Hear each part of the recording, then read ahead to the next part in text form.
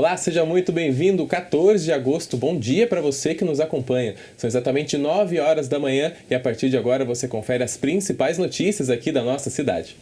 Hoje nós estamos recebendo o cineasta Daniel Leite para comentar sobre os desafios de produzir um documentário, já que no dia 7 de agosto foi celebrado o Dia do Documentário Brasileiro. Muito bom dia, Daniel, seja bem-vindo. Bom dia, obrigado pela oportunidade. Daniel, para a gente começar então, até para o público conhecer um pouco mais, queria que você comentasse um pouquinho sobre a sua carreira, de onde que surgiu esse interesse de estar fazendo essa parte do audiovisual.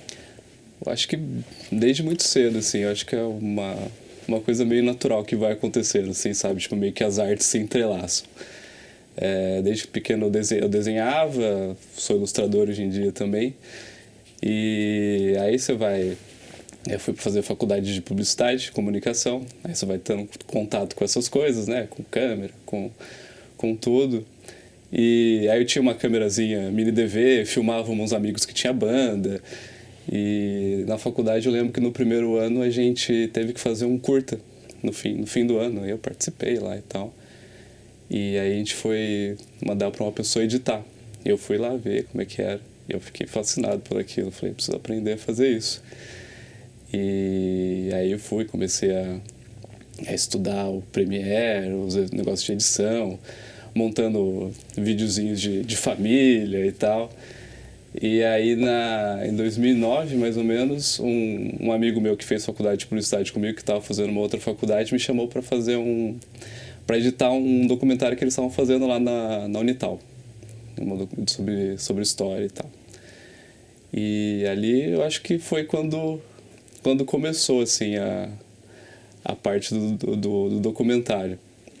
Ali um pouco mais para frente, em 2013, abriu uma oficina aqui em Jacareí de audiovisual com o Wagner Rodrigo, e lá a gente passou por todas as etapas de toda a história do cinema, documentário, ficção, roteiro, edição, aprender a mexer com câmera, com coisa de lente e tal. Foi uma oficina bem longa, tipo, a importância das oficinas culturais na cidade, né? Sim. Gratuitas, né?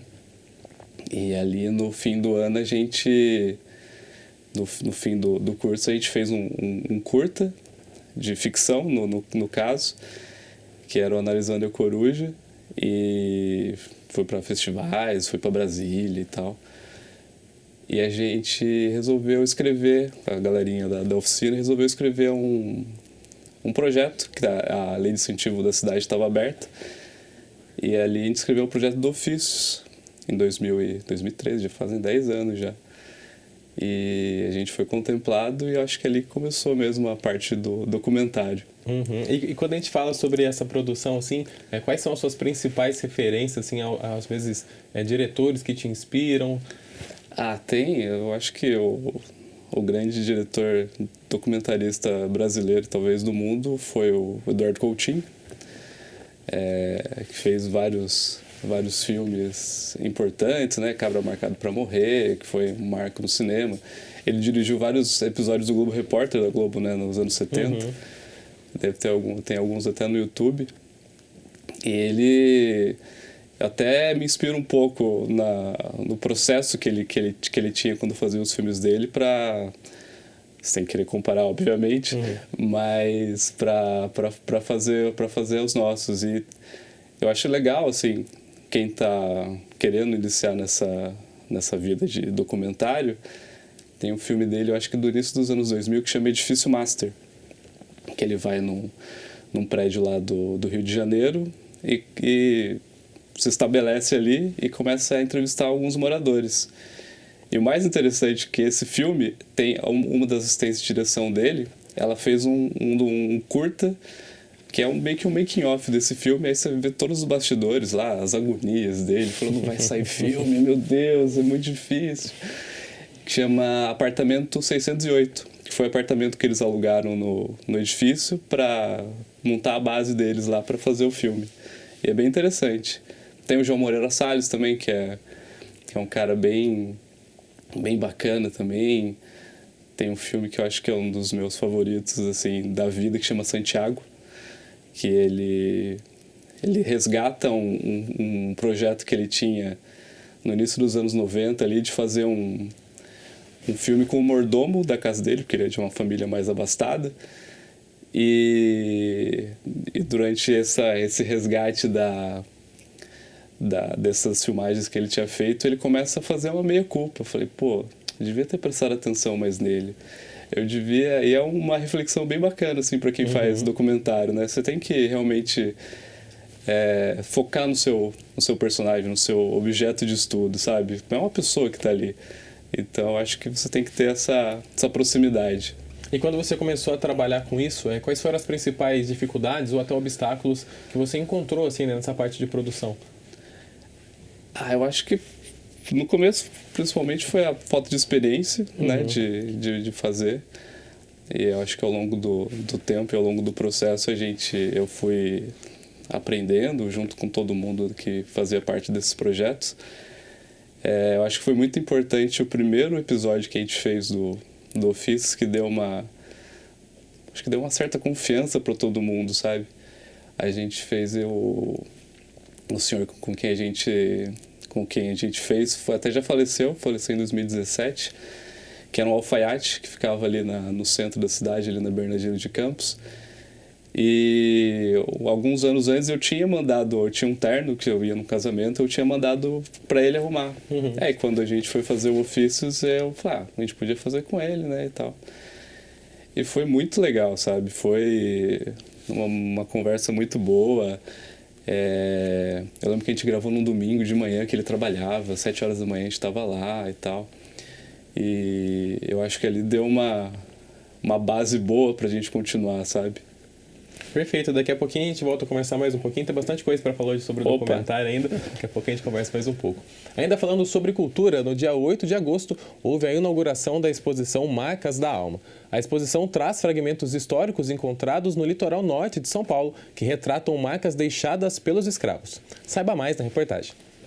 No dia 8 de agosto, houve a abertura da exposição Marcas da Alma no Museu de Antropologia do Vale do Paraíba, o MAVE.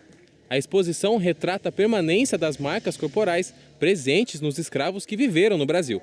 As peças da mostra são frutos de escavações que tiveram suas pesquisas iniciadas há mais de 20 anos em São Sebastião, litoral norte de São Paulo. A montagem da exposição é fruto de um trabalho de cerca de 20 anos no sítio arqueológico São Francisco. É uma área muito grande, ela tem 1.200.000 metros quadrados e a ideia principal da exposição era dar voz àqueles que não tinham, ou seja, os escravizados. Mesmo porque ela era um ponto de contrabando, tráfico de escravos, e várias etnias por lá passaram. Cada etnia deixou essa marca. Os fragmentos são os mais diversos e vão desde ferramentas utilizadas durante a produção de materiais até objetos utilizados como ferramenta para a punição dos escravos. Durante todo o percorrer da exposição, há um convite para a reflexão das diferentes crenças e das dificuldades encontradas nos trabalhos. Eu acho que ela só vem acrescentar a missão desse museu, que é justamente a gente estudar, analisar de forma crítica, né, todos os povos originários, sejam eles indígenas, afrodescendentes. Então, para a gente receber no Museu de Antropologia, né, onde a gente faz essa análise, esse estudo do homem, uma exposição desse gabarito, é muito pertinente para a gente nesse período em que a gente vive. O projeto foi realizado em parceria com a Fundação Cultural de Jacareí e a Prefeitura de São Sebastião, juntamente com o apoio do Instituto Científico Cultura e Origem e da consultoria Origem Arqueologia. Segundo o presidente da Fundação Cultural, trazer exposições que promovam esse tipo de olhar para a história, que muitas vezes é deixada de lado, é de suma importância para o crescimento cultural e pessoal. Nós temos uma pesquisadora aqui, que é a Cláudia, nós temos um trabalho voltado para a arqueologia, e quando a gente recebe parcerias com institutos, como o Instituto Origem, como o trabalho do arqueólogo Wagner Bornal, isso a gente consegue compartilhar experiências, compartilhar conhecimento, e o trabalho que é feito aqui fica ainda mais forte, não só para as pessoas que já estão em Jacareí, mas para a nossa instituição também. A exposição vai até o dia 18 de setembro no MAVE, com entrada gratuita e aberta para todos os públicos. Para mais informações sobre a exposição, você pode acessar o site da Fundação Cultural de Jacareí ou o Instagram do MAVE, @mave.museu. Tem a exposição lindíssima e lembrando que vai até o dia 18, então aproveitem para poder participar lá do MAVE, poder participar dessa exposição muito legal. A gente volta a conversar agora com o Daniel Leite, que é cineasta. A gente estava até comentando um pouco que você já chegou a participar de trabalhos com o Wagner, né? Isso, recentemente a gente fez um trabalho falando da matéria, né, sobre arqueologia. O Wagner fez um documentário sobre arqueologia aqui no Vale do Paraíba, principalmente aqui no Museu de Jacareí, que muita gente nem sabe que tem, né, sítios arqueológicos na cidade. E nesse documentário específico eu fiz a parte de ilustração, que não foi nem parte de direção, né, e roteiro que eu estou acostumado a fazer. Foi uma coisa nova, assim, que a gente fez as ilustrações, meio estilo gravura, assim, e um animador fez as animações com base nessas ilustrações. Ficou um resultado bem bacana. Sim, eu queria te perguntar um pouco sobre a parte de produção, né? Como que chega para vocês, assim, as histórias? Como que chegam a escolha dos entrevistados também? Na primeira temporada do Ofícios ali, que a gente fez em 2014, era tudo muito novo, né, para mim, principalmente. E a gente decidiu que eu ia ser o diretor da série e tal. E eu lembro que eu saí junto com a roteirista, que foi a Larissa Rezende. E a gente saiu pela cidade, que era o Ofício de Jacareí, né? A gente falou, vamos procurar aí na cidade, andando pelas ruas aí do centro e tal. Se a gente acha esses profissionais. E é um negócio interessante, assim, o documentário. Porque eu acho que tanto para quem faz como para quem vê, é um grande exercício de descobertas. E a gente começa a olhar a cidade. Eu nasci aqui, né? Então eu estou acostumado com Jacareí. A gente começa a olhar a cidade de uma outra maneira. A gente começa a olhar, ali tem uma alfaiataria. Ali funciona uma tipografia. Nossa, como é que funciona isso ainda e tal? Então a gente passa a olhar a cidade com outros olhos, né? Eu acho interessante também a Glaucia Faria, que fez a fotografia, trabalha aqui com vocês. Eu acho que ela consegue transmitir isso por meio da fotografia dela. Ela consegue dar um novo olhar para as coisas comuns aqui da cidade. Eu acho isso muito bacana. E na hora da produção, assim, desses documentários, assim, o que você enxerga de principais dificuldades, assim, às vezes até para os entrevistados, porque nem sempre a pessoa quer falar um pouco sobre aquilo, né? Sim. A gente, no Ofícios, a gente aprendeu um pouco, assim, e uma das coisas que eu aprendi assistindo as coisas do Coutinho, lendo sobre os processos dele, durante o processo de pesquisa, ele não entrava em contato direto com o personagem que ele ia entrevistar. Era um pesquisador que ia primeiro, conversava, levantava os principais pontos, passava um relatório para o Coutinho, e lá, a partir disso, ele fazia as perguntas e tal, e ia falar com o entrevistado, para ter um frescor na conversa. Vai ser a primeira vez que eu vou falar com você, vai ser a primeira vez que eu vou contar essa história para você, então a conversa eu acho que rende mais. E no Ofícios a gente fazia sempre 2 diárias, apesar de ser um curta, a gente fazia sempre 2 diárias. Na primeira, a gente gravava o ofício da pessoa. A gente mal conversava com ela, assim. A gente ia lá, gravava a pessoa trabalhando. As pessoas até se incomodavam um pouco, né? Mas eu não vou falar nada, eu vou ficar aqui trabalhando e tal. Não, mas pode fazer, a gente está aqui. A gente está trabalhando aqui também, pode ficar quietinho aí e tal, fazendo o seu trabalho, como se a gente não estivesse aqui. Eu sei que é complicado, você está com câmera, você está com microfone e tal. Para manter a naturalidade manter difícil, a naturalidade, né? Mas durante o processo, assim, as pessoas vão começando a esquecer que a gente está ali, porque a gente fica quieto, a gente não conversa e tal. E eu acho que essa primeira abordagem, essa primeira diária, criava um laço entre a gente. Aí chegava na segunda, que era a conversa realmente, a entrevista, aí a pessoa já estava um pouco mais solta já. Eu acho que esse processo facilitou bastante, assim. E foi uma coisa que a gente aprendeu durante. E depois que essas entrevistas são feitas, assim, é muito trabalhoso fazer essa separação das falas, dessa montagem. Como é feita essa montagem depois? Tanto do Ofícios como Capital dos Biscoitos, né? Que é um outro doc que eu fiz junto com a Glaucia. Eu fui o roteirista também. E ali o documentário tem vários roteiros, né? Tem um pré-roteiro ali que você vai fazer e acha que aquilo vai acontecer, mas normalmente não acontece, porque é uma coisa muito imprevisível, né? E até interessante isso, que na ficção tudo está muito, muito marcadinho, né? Tem todas as falas, todas as marcações, os cenários, as locações. E no documentário é algo imprevisível, né? É um exercício de paciência, de descoberta, como eu falei. E você vai descobrindo na hora. E ali, durante o processo de edição, você assiste tudo que foi feito, tudo que foi falado. Aí você anota, isso aqui é interessante, isso aqui pode entrar. E é uma montagem de um quebra-cabeça, basicamente. Você encontrar a narrativa por trás de todo aquele volume de material. E é interessante isso, porque o pessoal fala, documentário é a filmagem da realidade e tal. É um recorte da realidade, né? Porque porque tem um processo de edição, tem a montagem, tem um ponto de vista, tem um ponto de vista do diretor, tem um ponto de vista do roteirista, tem um ponto de vista da fotografia, né? Tudo isso conta uma história. E aí eu acho que esse da Dona Marta, que foi o último que a gente fez, que em breve vai estar no YouTube, estreou na semana passada no Sala Mário Lago, e na quinta-feira teve uma exibição ali no MAV, que é uma senhora que conserta guarda-chuva. O processo de roteirização do episódio dela foi muito complicado, porque ela é uma pessoa que ela se expressa bem, ela fala bastante, só que ela emenda uma história na outra, aí pra dar os cortes era mais difícil, mas no fim eu acho que saiu um episódio bem bacana, bem bonito. Perfeito. Daqui a pouquinho a gente vai falar um pouquinho mais sobre esses trabalhos, Sim. Porque a Prefeitura de Jacareí, por meio da Secretaria de Educação, realizará o desfile cívico de 7 de setembro e está convidando as instituições e entidades do município para a participação do evento.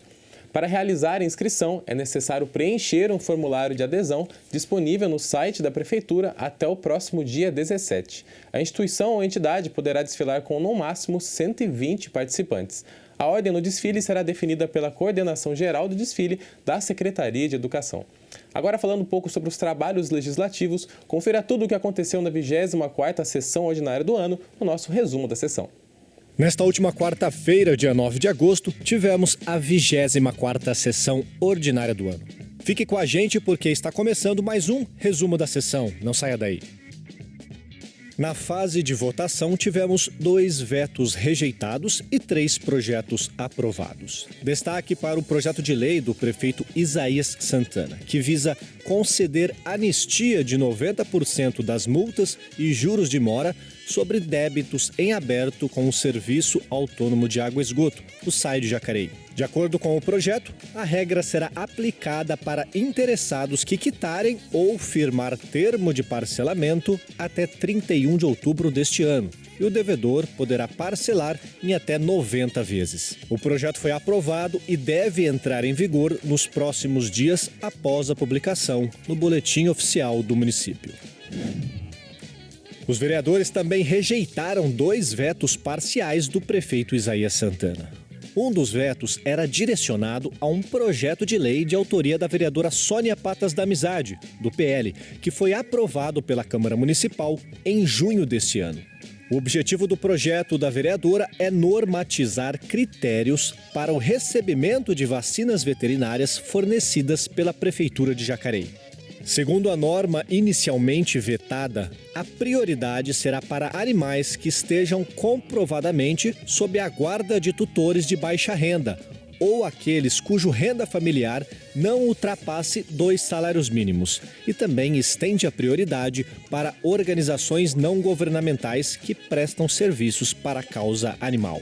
Em síntese, o prefeito afirmou que, em parte da lei, há vício decorrente de inconstitucionalidade material em virtude de ofensa ao princípio da proteção, universalidade e ausência de interesse público. Eu tenho orgulho de falar que eu sou a voz daqueles que não conseguem pedir, daqueles que morrem na sarjeta, cheio de bicheira, comendo o corpo dele, caindo bicho para tudo quanto é canto. Você não vai sair nas ruas e ver um animal com uma criança ou um idoso, alguém jogado na sarjeta, sendo comido vivo. E que ninguém socorre porque isso custa dinheiro. Sabe por quê? Porque o município não tem um hospital público para poder atender os tutores de baixa renda. Porque os que ganham dinheiro têm mais obrigação de pagar o tratamento para o seu animal, porque existem clínicas veterinárias boas para isso. Tá?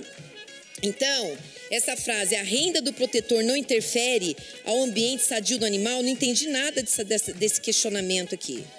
Aí coloca assim: aproveito para parabenizar a nobre vereadora, autora do projeto, sendo que certamente ela poderá contribuir para aperfeiçoar os laços institucionais entre as ONGs de proteção animal e a Secretaria de Meio Ambiente. A única que faz sou eu. Desculpa. Quem manda o carro, quem manda a vacina, quem manda a viatura, quem manda, enfim, ração para as ONGs. Eles mandam de 3 em 3 meses, como se o animal só comesse de 3 em 3 meses. O veto do prefeito foi rejeitado por 13 votos. Após comunicado da Câmara Municipal, o prefeito possui 48 horas para a promulgação da lei. Caso não a fizer, o presidente da casa realizará o ato para a publicação da lei no Boletim Oficial do município.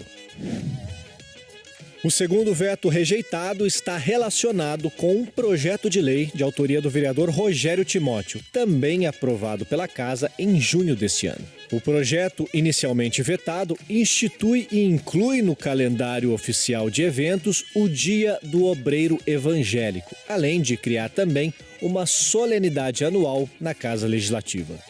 O veto do prefeito está relacionado com o parágrafo que afirma que o Conselho de Pastores de Jacareí deverá indicar um homenageado de cada instituição religiosa para o recebimento de diploma de mérito, situação que o prefeito considerou ausência de interesse público. Contudo, por 12 votos contrários e uma abstenção, o veto foi rejeitado. Assim como no veto anterior, após comunicado da Câmara Municipal, o prefeito possui 48 horas para a promulgação da lei.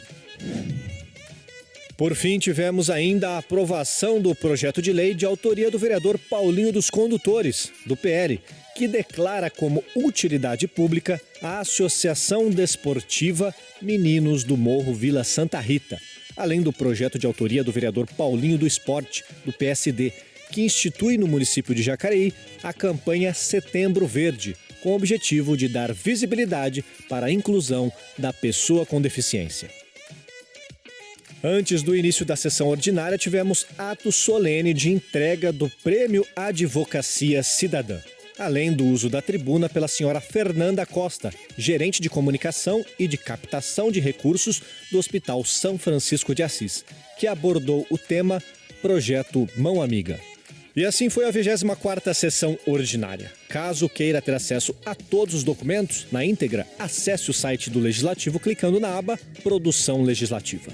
Não se esqueça de ficar por dentro do nosso conteúdo assistindo ao nosso canal, o 39.2 Digital ou 12 da NET. E também ficando de olho em nossas redes sociais, é claro, YouTube, Instagram, Facebook e o nosso site oficial. Este foi o resumo da sessão. Até a próxima semana. Tá aí bastante coisa, sessão bastante movimentada semana passada. Lembrando que quarta-feira nós temos a 25ª sessão ordinária transmitida aqui pela TV Câmara Jacareí, a partir das 9 da manhã. A gente volta a conversar agora com o Daniel Leite, que é cineasta. A gente estava comentando um pouquinho sobre os trabalhos, falamos um pouquinho do ofício. Queria que você comentasse um pouco agora sobre como foi o processo de produção da Capital dos Biscoitos, né? De onde que surgiu essa ideia, de onde que veio esse interesse? A Capital dos Biscoitos, logo que a gente terminou o ofícios, a gente estava querendo fazer um outro projeto, isso 2015, e a gente escreveu o projeto do Capital dos Biscoitos e a gente começou a tentar emplacar ele na Lei de Incentivo à Cultura. A ideia de fazer esse documentário veio da Glaucia Fari. Ela tinha uma amiga que o pai dela tinha trabalhado na fábrica, e essa amiga tinha sugerido o pai dela como um personagem do Ofícios, mas ela viu que a história da fábrica ali seria mais rica ali para mostrar um projeto específico para a fábrica.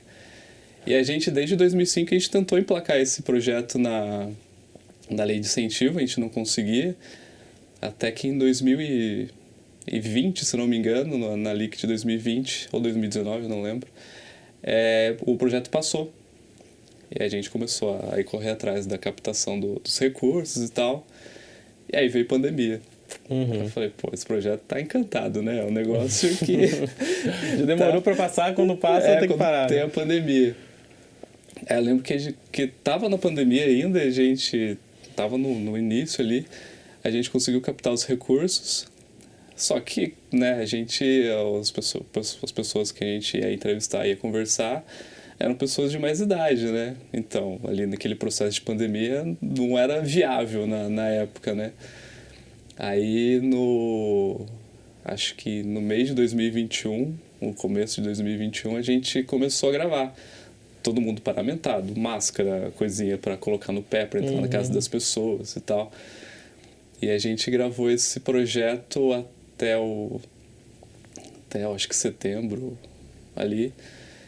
E acho que o principal desafio foi esse, né? Gravar durante a pandemia, com pessoas de idade, assim. E todo mundo receoso, né? Todo Tanto mundo receoso. vocês que estavam produzindo, quanto quem estava dando a entrevista, A gente não queria né? passar nada para as pessoas, né? O pessoal que estava dando entrevista não tava muito ligando, assim. A gente que estava mais preocupado, sabe? Mas, pô, foi um processo muito bacana, assim. A gente conheceu pessoas incríveis, assim, nesse doc. E um dos personagens que a gente mais queria entrevistar era o Idalécio, que foi um dos últimos donos da fábrica, né, antes de fechar. E era muito complicado. A gente não conseguia bater as agendas com ele e tal. E a gente conseguiu entrevistar ele chegando perto, assim, do final do processo de captação. A gente conseguiu entrevistar ele, aí enriqueceu bastante. Outra pessoa que a gente queria muito foi durante o processo de pesquisa. A Glaucia colocou no Facebook lá uma foto de uma lata do biscoito e falou: quem tem história aí para contar, não sei o quê. E é incrível como a fábrica ainda está muito presente no imaginário das pessoas aqui da cidade, principalmente das pessoas mais velhas, né? E aí na pesquisa a gente achou o Jaime Allen, que é um compositor aqui da cidade. Ele tinha feito uma apresentação em 2013, 2014, num festival que teve aqui, o FEMPO, que foi revivendo o FEMPO, né? Que foi um festival antigo aqui da cidade. E ele tinha feito uma música em homenagem a Jacareí. E a gente olhou ali e falei, pô, essa música podia entrar no doc, né, de alguma maneira, porque ela cita a fábrica de biscoito num poema que corta a música, assim. E aí a Glaucia entrou em contato com ele, só que ele mora no Rio de Janeiro, né, e era pandemia, e aí começou a ficar nessa... Não, a gente vai até aí, não, eu não tô recebendo ninguém por causa da pandemia e tal. Aí ele deu uns 45 do segundo tempo ali, ele falou, eu tô indo pra Jacareí. Vocês não querem gravar comigo? Falei, não quero não. Claro, pô. Então, uma música do Jaime Allen no filme. Aí a gente gravou, eu lembro que foi num domingo, a gente gravou até ali na Fundação Cultural. Nossa, enriqueceu bastante a música que toca no final do filme. E, pô, foi uma honra tê-lo ali, além de todos os personagens. E a gente estava comentando um pouquinho antes de começar o programa que as latas são encontradas no Brasil inteiro, né? Pois no Mercado Livre tinha lata vendendo, a Glaucia comprou uma. Eu tenho uns primos que moram na Argentina, tinha uma lata num posto de gasolina lá em Córdoba, uma lata de biscoito de Jacareí. Uma outra tia minha achou uma lata em São Paulo. A gente já achou lata em Budas Artes, deve ter lata para tudo quanto é canto. O Jaime Allen falou que tinha lata, quando ele foi morar lá no Rio de Janeiro, eles tinham uma lata onde eles guardavam mantimentos e tal, uma lata dos biscoitos. É uma peça de colecionador, né, hoje em dia. Perfeito. Daqui a pouquinho a gente volta depois do intervalo comentar um pouquinho mais sobre os outros trabalhos, falar um pouquinho sobre a parte do ofício ainda da Marta. Então a gente volta daqui a pouquinho. Nós vamos para um rápido intervalo e no próximo bloco você confere mais notícias sobre a cidade, informações sobre o trabalho legislativo e vai saber mais sobre as obras no Centro de Radioterapia. A gente volta daqui a pouco.